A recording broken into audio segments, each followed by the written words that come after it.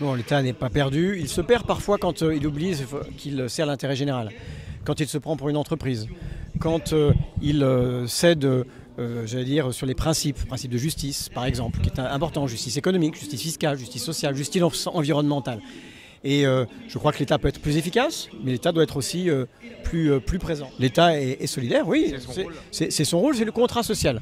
Voilà, il y a un haut niveau de prélèvement, mais il y a un haut niveau de prestations sociales, il y a un haut niveau de redistribution. C'est pour ça qu'il y a moins de pauvres en France qu'en Allemagne, par exemple. Mais il était nécessaire au moment où la crise menaçait de tout emporter. Maintenant, la question, c'est qui va payer la dette. Et je souhaite que ce ne soit pas les classes moyennes et les classes populaires, mais que ce soit les hauts patrimoines, les hauts revenus et les multinationales qui déjà consolident 40% de leurs résultats dans des paradis fiscaux. Ouais, il va falloir d'une manière ou d'une autre la rembourser. La question, c'est qui la rembourse. Moi, je préfère ne pas faire le pari de l'effacement de la dette. Il y a une réalité. Après, la dette, je veux dire, le problème, c'est sa dynamique plus que son montant. On peut rester durablement à 120 points de PIB.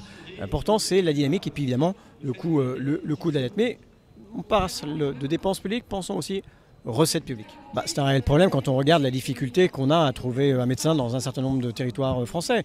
Les hôpitaux également. On voit qu'il y a un problème quand on voit la souffrance des personnels. Vous savez, il y a eu une austérité budgétaire sur la santé, en particulier sur le budget de l'hôpital, alors qu'il y avait plus d'actes délivrés, qu'on soigne des maladies qu'on ne soignait pas avant, et on peut s'en féliciter. Il y a plus d'actes délivrés à l'hôpital, mais ça veut dire que la charge de travail par soignant a augmenté considérablement.